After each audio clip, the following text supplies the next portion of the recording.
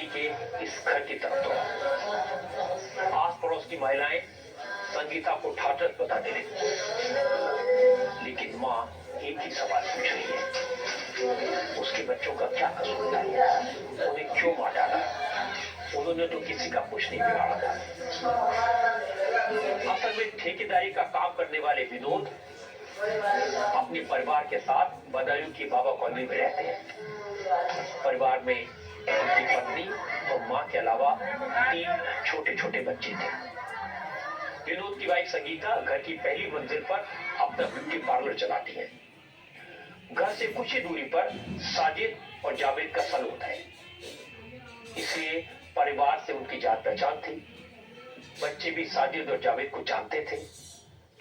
संगीता ने रो रो कर बताया कि शाम करीब 6:30 बजे साजिद ने घर का दरवाजा खटखटाया। उसके साथ जावेद भी था। साजिद ने संगीता से कहा कि उसकी वाइफ प्रेग्नेंट है, हॉस्पिटल में भर्ती है, आज ही डिलीवरी होनी है और उसके पास पैसे बिल्कुल नहीं है, 5,000 रुपए की मदद चाहिए। संगीता ने अपने पति को फोन किया और पति से बात करने के बाद साजिद को 5,000 रुपए दे दिए। लेकिन साजिद रुपए लेकर वहां से गया नहीं। उसने कहा डॉक्टर ने रात 11 बजे बुलाया है, क्या वो थोड़ी देर वहां रुक सकता है। उसने संगीता से कहा कि वो उसका ब्यूटी पार्लर देखना चाहता है। संगीता ने उसे घर के अंदर आने की इजाजत दी। साजिद फर्स्ट फ्लोर पर बने ब्यूटी पार्लर की तरफ गया। उसने संगीता के 13 साल के बेटे आयुष को अपने पास बुला लिया। पीछे पीछे उसका छोटा बेटा 6 साल का आहान भी फर्स्ट फ्लोर पर चला गया। संगीता साजिद के लिए चाय बनाने लगी। जब उसने अपने तीसरे बेटे 9 साल के पीयूष को पानी लेकर फर्स्ट फ्लोर पर भेजा तो पीयूष चिल्लाते हुए नीचे भागा, क्योंकि उसने देखा कि साजिद ने उसके 2 भाइयों का गला काट दिया था।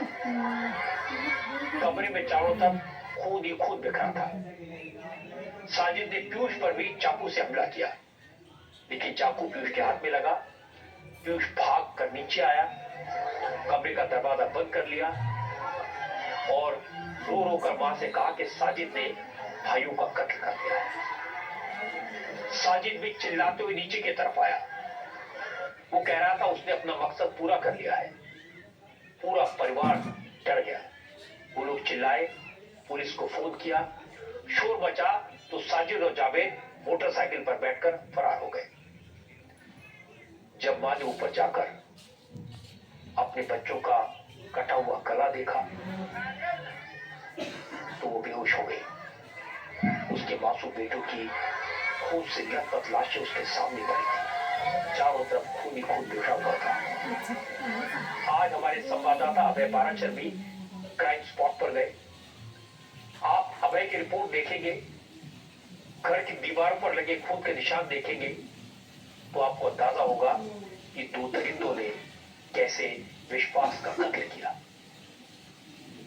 घर के अंदर आने के बाद, यहाँ पर आने के बाद वो ये कहता है कि घर पे कि उसको पैसों की जरूरत है, घर पर क्या भैया मौजूद है, लेकिन विनोद जो है वो घर के बाहर होते हैं। यहाँ पर आने के बाद वो सीधा मांग करता है कि उसे पैसों की जरूरत है। पैसे लेने वो अंदर जाती है, तभी उसे 5,000 रुपए दे भी देती है। उसके बाद जो साजिद है वो ये कहता है कि उसके पास 1-2 घंटे का समय है अस्पताल जाने में, तो